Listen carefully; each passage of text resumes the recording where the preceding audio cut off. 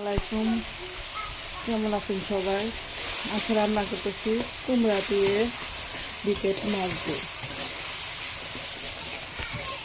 এখন বাড়ালে কষাই নিব। এই যে কুমড়া, এই যে মাছ, মাছের লটকা সবজি, আকাশ মাছ ভাজি করবো।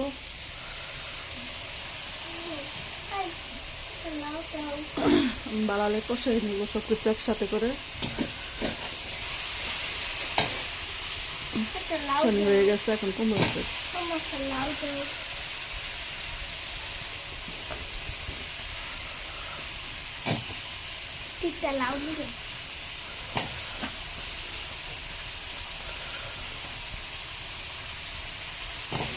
সব কিছু একসাথে করে দিয়ে বাড়ালে কষাই নিব।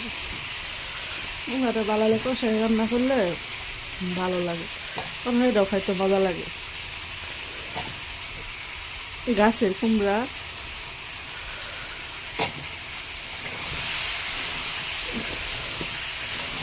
কালারটা কি সুন্দর আসছে।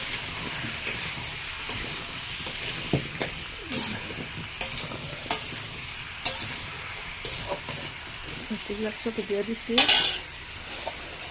ঢাকনা দিয়ে দিই।